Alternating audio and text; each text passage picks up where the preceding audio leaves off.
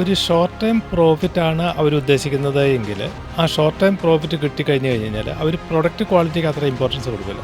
Short time പീരീഡിൽ അവർ കിട്ടുന്ന profit എടുത്ത് മാർക്കറ്റിൽ നിന്ന് ഓടും. ക്വാളിറ്റി ഇല്ലെങ്കിൽ മാർക്കറ്റിൽ നിന്ന് ഷോർട്ട് പീരീഡിൽ അവർ ഒഴിവാകും. ഇതിനൊരു മാർജിൻ ഉണ്ടോ?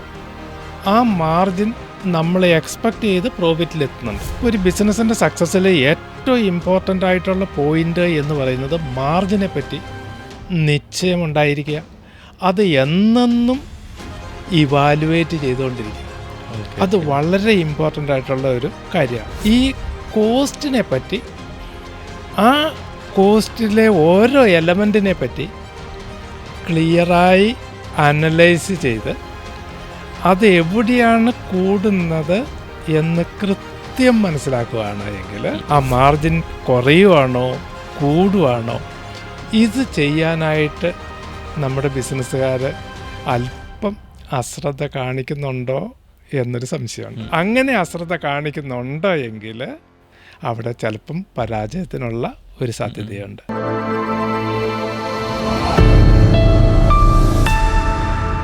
സാർ, ഇപ്പോൾ ഈ ഒരു എപ്പിസോഡിൽ എനിക്ക് ചോദിക്കാനുള്ളതെന്ന് വെച്ചിട്ടുണ്ടെങ്കിൽ ഒത്തിരി നല്ല നല്ല പ്രോഡക്റ്റുകളായിട്ട് നല്ല നല്ല സംരംഭകർ വരുന്നുണ്ട്. പക്ഷെ നമ്മൾ കാണുമ്പോൾ നമുക്കത് ഭയങ്കര നമ്മളെ ആകർഷിക്കുന്ന അല്ലെങ്കിൽ നമ്മൾ യൂസ് ചെയ്യുമ്പോൾ നമുക്കത് കൂടുതൽ നല്ലതായിട്ട് തോന്നുന്ന പ്രോഡക്റ്റുകളാണ്. പക്ഷെ അത് ഒത്തിരി കാലം ആ പ്രോഡക്റ്റുകൾ ഈ പറഞ്ഞ പോലെ മാർക്കറ്റിൽ നിലനിൽക്കുന്നില്ല. അത് പെട്ടെന്ന് വാനിഷായിട്ട് പോവുകയാണ്. ശരിക്കും എന്തുകൊണ്ടാണ് ഇങ്ങനെ സംഭവിക്കുന്നത്? അതിന് നമുക്ക് രണ്ട് കാരണങ്ങൾ പറയാം. ഒന്ന്, ഒരു ഷോർട്ട് ടൈം പ്രോഫിറ്റാണ് അവരുദ്ദേശിക്കുന്നത് എങ്കിൽ ആ ഷോർട്ട് ടൈം പ്രോഫിറ്റ് കിട്ടിക്കഴിഞ്ഞ് കഴിഞ്ഞാൽ അവർ പ്രൊഡക്റ്റ് ക്വാളിറ്റിക്ക് അത്ര ഇമ്പോർട്ടൻസ് കൊടുക്കില്ല. ഓക്കെ. ഷോർട്ട് ടൈം പീരീഡിൽ അവർ കിട്ടുന്ന പ്രോഫിറ്റ് എടുത്ത് മാർക്കറ്റിൽ നിന്ന് ഓടും. ക്വാളിറ്റി ഇല്ലെങ്കിൽ മാർക്കറ്റിൽ നിന്ന് ഷോർട്ട് പീരീഡിൽ അവർ ഒഴിവാകും. രണ്ടാമത്തെ പോയിന്റ്, ഇതിനൊരു മാർജിൻ ഉണ്ടോ? ആ മാർജിൻ നമ്മൾ എക്സ്പെക്റ്റ് ചെയ്ത് പ്രോഫിറ്റിലെത്തുന്നുണ്ടോ? ഇത് ഈ രീതിയിലുള്ളൊരു ചിന്തയിൽ അതൊരു ലോങ് ടൈം പേഴ്സ്പെക്റ്റീവിലാണ് എങ്കിൽ ആ നല്ല ക്വാളിറ്റിയുള്ള പ്രോഡക്റ്റുകൾ വന്നു, മാർക്കറ്റിങ്ങിൽ അതിനനുസരിച്ചുള്ള ഒരു ഡിസിപ്ലിൻഡ് ഡിസ്ട്രിബ്യൂഷൻ ചാനൽ അവർ ക്രിയേറ്റ് ചെയ്തു. അങ്ങനെയൊക്കെ അതിൻ്റെ കോസ്റ്റ് എല്ലാം കഴിഞ്ഞതിന് ശേഷം അവർക്കൊരു മാർജിനുണ്ട്. ആ മാർജിൻ ഈസ് ഇനഫ് അവരുടെ ഇൻവെസ്റ്റ്മെൻറ്റ്. പിന്നെ വോളിയത്തിനനുസരിച്ച് ആ മാർജിൻ കൂടുമല്ലോ. ഇങ്ങനെയുള്ള നല്ലൊരു കണക്കിലാണ് അവർ ബിസിനസ് സ്റ്റാർട്ട് ചെയ്യുകയും അതിൻ്റെ നടത്തുകയും ചെയ്യുന്നത് എങ്കിൽ ലോങ് റണ്ണിലേക്ക് അവർ വെൽത്ത് ക്രിയേറ്റ് ചെയ്തിരിക്കും. അപ്പോൾ ഒരു ബിസിനസ്സിൻ്റെ സക്സസ്സിൽ ഏറ്റവും ഇമ്പോർട്ടൻ്റ് ആയിട്ടുള്ള പോയിൻ്റ് എന്ന് പറയുന്നത് മാർജിനെ പറ്റി നിശ്ചയമുണ്ടായിരിക്കുക. അത് എന്നെന്നും ഇവാലുവേറ്റ് ചെയ്തുകൊണ്ടിരിക്കുക. അത് വളരെ ഇമ്പോർട്ടൻ്റ് ആയിട്ടുള്ള ഒരു കാര്യമാണ്. അപ്പോൾ ഒരു പ്രൊഡക്ഷൻ എന്തെങ്കിലും ഒരു സാധനം ഒരു പ്രൊഡക്ഷൻ യൂണിറ്റ് നമ്മൾ എടുക്കുകയാണെങ്കിൽ അതിന് ഈ കോസ്റ്റിങ്ങിൽ ഒരുപാട് സ്റ്റേജിലൂടെയാണ് ആ പ്രൊഡക്ഷൻ കോസ്റ്റ് അനലൈസ് ചെയ്യുന്നത്. Direct material, direct labour cost, direct expenses, അതിനെ ഞങ്ങൾ വിളിക്കുന്നത് പ്രൈം കോസ്റ്റ് എന്നാണ്. ആ പ്രൈം കോസ്റ്റിനോട് കൂടിയിട്ട് ഞങ്ങൾ ഓവർഹെഡും കൂടി ആഡ് ചെയ്ത് കഴിയുമ്പം അത് ഗ്രോസ് ഫാക്ടറി കോസ്റ്റ് വരും. അതിനോട് കൂടി ഓപ്പണിംഗ് സ്റ്റോക്ക് അതുപോലെ തന്നെ ക്ലോസിംഗ് സ്റ്റോക്ക് അഡ്ജസ്റ്റ് ചെയ്യുമ്പോൾ ഫാക്ടറി കോസ്റ്റ് വരും.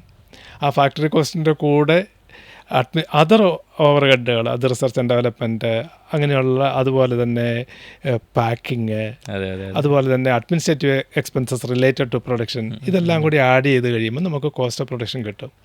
ആ കോസ്റ്റ് ഓഫ് പ്രൊഡക്ഷനോട് കൂടി ഫിനിഷ്ഡ് ഗുഡ്സിൻ്റെ ഓപ്പണിംഗ് സ്റ്റോക്കും ക്ലോസിംഗ് സ്റ്റോക്കും അഡ്ജസ്റ്റ് ചെയ്യുമ്പോൾ കോസ്റ്റ് ഓഫ് ഗുഡ്സ് സോൾഡ് കിട്ടും. ദെൻ അതേപോലെ തന്നെ മാർക്കറ്റിങ്ങിന് വരുന്ന എക്സ്പെൻസസ് ഉണ്ട്, റീപാക്കിംഗ് എക്സ്പെൻസസ്, അങ്ങനെയുള്ള കുറേ എക്സ്പെൻസസും കൂടി, സെല്ലിംഗ് ആൻഡ് ഡിസ്ട്രിബ്യൂഷൻ എക്സ്പെൻസസ്, ബ്രാൻഡിങ്ങും വരുന്നുണ്ട് ഇതിൻ്റെ ഭാഗമായിട്ട് അതിൻ്റെ ഉള്ളിൽ. അപ്പം ഈ കോസ്റ്റിനെ പറ്റി, ആ കോസ്റ്റിലെ ഓരോ എലമെൻറ്റിനെ പറ്റി ക്ലിയറായി അനലൈസ് ചെയ്ത് അത് എവിടെയാണ് കൂടുന്നത് എന്ന് കൃത്യം മനസ്സിലാക്കുകയാണ് എങ്കിൽ അപ്പോഴാണ് ഈ മാർജിൻ നമ്മൾ എക്സ്പെക്റ്റ് ചെയ്യുന്നത് നിലനിൽക്കുന്നുണ്ടോ അതോ ആ മാർജിൻ കുറയുവാണോ കൂടുവാണോ, ഇത് ചെയ്യാനായിട്ട് നമ്മുടെ ബിസിനസ്സുകാർ അല്പം അശ്രദ്ധ കാണിക്കുന്നുണ്ടോ എന്നൊരു സംശയമുണ്ട്. അങ്ങനെ അശ്രദ്ധ കാണിക്കുന്നുണ്ടോ എങ്കിൽ അവിടെ ചിലപ്പം പരാജയത്തിനുള്ള ഒരു സാധ്യതയുണ്ട്. അത് കണക്കിൻ്റെ അടിസ്ഥാനത്തിലൊന്ന് പറയാമോ? ഇപ്പോൾ ഒരു പ്രോഡക്റ്റിന് ഒരു 10 രൂപയാണെങ്കിൽ അതെങ്ങനെയായിരിക്കും അതിൻ്റെ മാർജിൻ വെക്കേണ്ടത്? ഇപ്പോൾ ഒരു trading concern, manufacturing concern. Trading concern ആണെങ്കിൽ അവർ കഴിഞ്ഞ പ്രാവശ്യം വാങ്ങിയത് എത്രയായിരുന്നു, ആ വിൽക്കുന്നത് എത്രയാണ്, അത് തമ്മിലുള്ള മാർജിൻ. അത് കൊണ്ടുവരാൻ എത്ര എമൗണ്ട് കഴിഞ്ഞ പ്രാവശ്യം കൊടുത്തു, ഇവിടെ അത് കീപ്പ് ചെയ്യാൻ വേണ്ടിയിട്ട്, അത് വെയർ ഹൗസിൽ കീപ്പ് ചെയ്യാൻ വേണ്ടിയിട്ട് അവർക്ക് എത്ര കോസ്റ്റ് വന്നു, ദെൻ സെല്ലിംഗ് ആൻഡ് ഡിസ്ട്രിബ്യൂഷൻ അവർക്ക് എത്ര എക്സ്പെൻസസ് വന്നു, അങ്ങനെയുള്ള കാര്യങ്ങൾ അവരുടെ ഒരു കമ്പ്യൂട്ടറിൽ എവറി ഡേ എന്ന രീതിയിൽ അവർ മെയിൻറ്റെയിൻ ചെയ്യുന്നുണ്ടോ എങ്കിൽ അവർക്ക് അതിൽ വരുന്ന ആ വ്യതിയാനങ്ങൾ അവരുടെ ഒരു ടോളറബിൾ ലിമിറ്റിൻ്റെ ഉള്ളിലാണോ എന്ന് കണ്ടുപിടിക്കാൻ പറ്റും. ആ ടോളറബിൾ ലിമിറ്റിൻ്റെ ഉള്ളിലാണെങ്കിൽ, ടോളറബിൾ ലിമിറ്റ് എന്ന് പറഞ്ഞു കഴിഞ്ഞാൽ ഒരു ദിവസം ഒരു പൈസ മുകളിലേക്ക്, അടുത്ത ദിവസം ഒരു പൈസ താഴോട്ട്, അതൊക്കെ അവർക്കൊരു ടോളറബിൾ ലിമിറ്റ് ആയിരിക്കും. കാരണം ആവറേജ് ചെയ്ത് വരുമ്പം അത് അഡ്ജസ്റ്റ് ചെയ്ത് പോകുമല്ലോ. ആ ഒരു രീതിയിൽ തന്നെ മുന്നോട്ട് പോകാൻ പറ്റുള്ളൂ. പിന്നെ ഒരിക്കലും ഒരു ഗ്രോസ് പ്രോഫിറ്റ് അല്ലെങ്കിൽ ഇത്രയേ പ്രോഫിറ്റ് എടുക്കാൻ പാടുള്ളൂ എന്നൊന്നുമില്ല. നമുക്ക് ഞാൻ പറയുന്നത് CCIയുടെ പെർവിൻ്റെ ഉള്ളിൽ നിന്നുകൊണ്ട് നമ്മുടെ പ്രോഡക്റ്റിന് ഞാൻ പറഞ്ഞത് സ്പെഷ്യൽ ഫീച്ചേഴ്സ് ഉണ്ടായെങ്കിൽ, അതുപോലെ തന്നെ ആഫ്റ്റർ സെയിൽസിന് ശേഷം നമ്മൾ ഒരുപാട് സൗകര്യങ്ങൾ അവർക്ക് ചെയ്ത് കൊടുക്കുമെങ്കിൽ നമുക്ക് ഞാൻ പറഞ്ഞത് നല്ല മാർജിൻ ഇടാം. 25, 50 ഒക്കെ നമുക്ക് മാർജിന് ഒരു കുഴപ്പമില്ല. പക്ഷേ എല്ലാം നിയമത്തിൻ്റെ ഉള്ളിൽ നിന്നിട്ടുള്ള വർക്കിംഗ് നമ്മുടെ ഓഫീസ് തന്നെ അതുണ്ടായിരിക്കണം. അതുപോലെ തന്നെ ആരാണോ ഈ പ്രൈസ്, സെല്ലിംഗ് പ്രൈസ്, അതായത് കോസ്റ്റ് പ്രൈസ്, സെല്ലിംഗ് പ്രൈസ്, ഇത് കറക്റ്റ് ചെയ്യുന്നത് അവരുടെ മൈൻഡിൽ എപ്പോഴും ഈ രണ്ട് കാര്യങ്ങളും നിത്യേന എന്ന രീതിയിൽ ഉണ്ടാവുകയാണെങ്കിൽ വളരെ നല്ലതാണ്. ഒരു ലിസ്റ്റഡ് കമ്പനിയെ സംബന്ധിച്ചിടത്തോളം മാർജിൻ എന്ന് പറയുന്നത് ഓപ്പറേറ്റിംഗ് മാർജിനാണ്. അതായത് selling price minus cost of sales, അതിനെയാണ് ഓപ്പറേറ്റിംഗ് മാർജിൻ എന്ന് പറയുന്നത്. ഓപ്പറേറ്റിംഗ് മാർജിന് അവരുടെ ക്വാർട്ടർലി റിസൾട്ട് പബ്ലിഷ് ചെയ്യുമ്പോൾ കഴിഞ്ഞ വർഷം സെയിം പീരീഡിൽ 22% ഉണ്ടായിരുന്നു. ഇപ്രാവശ്യം അത് 20%ലേക്ക് ഡിക്ലൈൻ ചെയ്തിട്ടുണ്ടെങ്കിൽ, 3% ഡൗൺ ആയിട്ടുണ്ടെങ്കിൽ തീർച്ചയായിട്ടും ഇൻവെസ്റ്റേഴ്സ് അൺഹാപ്പി ആയിരിക്കും. സ്റ്റോക്ക് പ്രൈസ് താഴോട്ട് പോകും, അപ്പോഴത്തേനും കമ്പനിയുടെ വാല്യുവേഷൻ പോകും. ഓപ്പറേറ്റിംഗ് മാർജിൻ കുറയുമ്പോഴേക്കും ഞാൻ പറയുന്നത് ഈ ബാങ്കുകൾ ഫൈനാൻസ് ചെയ്തവർക്ക് ടെൻഷൻ കയറും. അവർ ഞാൻ പറയുന്നത് ഒന്നെങ്കിൽ ഫണ്ട് റീകോൾ ചെയ്യാനുള്ള മെഷേഴ്സ് ആരംഭിക്കും, അല്ലെങ്കിൽ റിസ്ക് റേറ്റിലേക്ക് അവർ കൂടുതൽ റേറ്റ് ചാർജ് ചെയ്യാൻ വേണ്ടിയിട്ട് ഉള്ള മെഷേഴ്സ് എടുക്കും. അപ്പോൾ ഈ മാർജിൻ എന്നത് ഒരു ടൈം ഫാക്ടറാണ്. കഴിഞ്ഞ ഏപ്രിൽ ചെയ്തിട്ട് ഇനി അടുത്ത ഏപ്രിൽ ചെയ്യാമെന്ന് വിചാരിച്ചാൽ ചിലപ്പോൾ ആ ബിസിനസ് അടുത്ത ഏപ്രിൽ ഉണ്ടാവില്ല.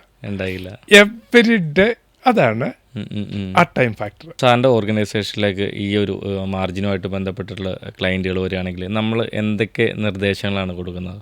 അവർക്ക് 25 പ്രോഡക്റ്റ് ഉണ്ടെങ്കിൽ ആ 25 പ്രോഡക്റ്റിൻ്റേതും കോസ്റ്റിംഗ് നമുക്ക് കൊടുക്കാൻ പറ്റും. അതായത് ഞാൻ പറഞ്ഞത് ആ പ്രോഡക്റ്റിൻ്റെ കോസ്റ്റിംഗ് നമ്മുടെ ഒരു ഭാഗമാണ്. നമ്മുടെ ഓഫീസിലെ കോസ്റ്റ് അക്കൗണ്ടിനും കാര്യങ്ങളും ഉണ്ട്. കോസ്റ്റിംഗ് നമുക്കൊരു ഭാഗമാണ്. അതായത് ഞാൻ പറഞ്ഞു വന്ന എല്ലാ കോസ്റ്റും അപ് ടു ഈ കോസ്റ്റ് ഓഫ് സെയിൽസ് വരെയുള്ളത് നമുക്ക് ഞാൻ പറഞ്ഞത് പ്രൊഡക്റ്റ് വൈസിൽ എവരി ഡേ നമുക്ക് കിട്ടും. ആ കിട്ടുന്നതും സെയിൽ പ്രൈസുമായിട്ടുള്ള ഈ ഓപ്പറേറ്റിംഗ് മാർജിൻ നമുക്കവിടെ കൺസിസ്റ്റൻ്റായിട്ട് മെയിൻറ്റെയിൻ ചെയ്യാൻ പറ്റുന്നുണ്ടോ എന്ന് കൃത്യമായി നമുക്ക് ഞാൻ പറഞ്ഞ മാനേജ്മെൻറ്റിനെ കറക്റ്റായിട്ട് ഇൻഫോം ചെയ്തിട്ട് അവിടെ അവരുടെ എക്സ്പീരിയൻസും നമ്മുടെ അക്കാഡമിക് എക്സ്പീരിയൻസും കൂടെ അലൈൻ ചെയ്തുകൊണ്ട് സ്ട്രാറ്റജികൾ അഡോപ്റ്റ് ചെയ്യാൻ പറ്റും. ആ സ്ട്രാറ്റജികൾ അഡോപ്റ്റ് ചെയ്താൽ ആ ഡിക്ലൈനിങ് ട്രെൻഡിനെ ഷോർട്ട് പീരീഡിൽ നമുക്ക് റിവേഴ്സ് ചെയ്യാൻ പറ്റും. ഒന്നെങ്കിൽ ആ പ്രോഡക്റ്റ് സ്റ്റോപ്പ് ചെയ്തിട്ട് ഓൾട്ടർനേറ്റീവ് വരും, അല്ലെങ്കിൽ ആ സെയിം പ്രോഡക്റ്റ് തന്നെ ഇന്നോവേറ്റ് ചെയ്തുകൊണ്ട്, അതായത് എന്തെങ്കിലും ഒരു മോഡിഫിക്കേഷൻസ് വരുത്തിക്കൊണ്ട് അല്ലെങ്കിൽ ഡിഫറൻഷ്യേറ്റ് ചെയ്തുകൊണ്ട് ആ സെയിം മാർജിനിലേക്ക് നമുക്ക് കൊണ്ടുവരാൻ പറ്റും. അത് ഞാൻ പറയുന്നത് പ്രാക്ടിക്കലി നന്നായി ആ പ്രോഡക്റ്റിനെ പറ്റി അല്ലെ സർവീസിനെ പറ്റി നമുക്ക് കോസ്റ്റിംഗ് സൈഡിൽ ഒന്ന് അനലൈസ് ചെയ്താൽ ഈ ഓപ്പറേറ്റിംഗ് മാർജിൻ നമുക്ക് കൺസിസ്റ്റൻ്റായിട്ട് നിലനിർത്താൻ അല്ലെങ്കിൽ ഇമ്പ്രൂവ് ചെയ്യാൻ, അതിനനുസരിച്ച് പ്രോഡക്റ്റിൽ അല്ലെങ്കിൽ സർവീസിൽ മാറ്റങ്ങൾ വരുത്താൻ നമുക്ക് പറ്റും. ഇവിടെ ക്ലയൻറ്റിന് നമുക്ക് ഞാൻ പറയുന്നത് കറക്റ്റ് ഇൻപുട്ട് കൊടുക്കാൻ പറ്റും. ഇങ്ങനെയുള്ളവർക്ക് ശരിക്കും ഒരു കൺസൾട്ടിങ് ആവശ്യമാണ്. ശരിക്കും പറയുന്നത് സ്മോൾ ആൻഡ് മീഡിയം എൻ്റർപ്രൈസസിനെ സംബന്ധിച്ചിടത്തോളം അവർ ഫേസ് ചെയ്യുന്ന ഏറ്റവും വലിയൊരു പ്രോബ്ലമാണ് അവരുടെ ടീം. അവർക്ക് ഞാൻ പറയുന്നത് റീറ്റെയിൽ ആണെങ്കിൽ ഹോൾസെയിൽ ആണെങ്കിൽ ആ ഹോൾസെയിലിനെ ഫോക്കസ് ചെയ്തിട്ടുള്ളത് മാത്രമേ ഉണ്ടാവുള്ളൂ. കോസ്റ്റിംഗ് സൈഡിൽ അവർ ഒരു ടീം വേണം. ഈ ഓപ്പറേറ്റിംഗ് മാർജിനാണ് അതിൻ്റെ രാജാവ് എന്ന് അവർ പൂർണ്ണമായും ഉൾക്കൊണ്ടില്ലെന്ന് പറയുന്നില്ല, പൂർണ്ണമായും ഉൾക്കൊള്ളുന്നത് കുറച്ച് ആളുകളിലില്ല. അപ്പോൾ അത് ശരിക്കും ഞാൻ പറഞ്ഞത് ബിസിനസ്സിനെ മുന്നോട്ട് നയിക്കുന്നതിന് പകരം പിന്നോട്ട് നയിക്കാനായിട്ട് വളരെ സാധ്യതയുള്ള ഏരിയയാണ്.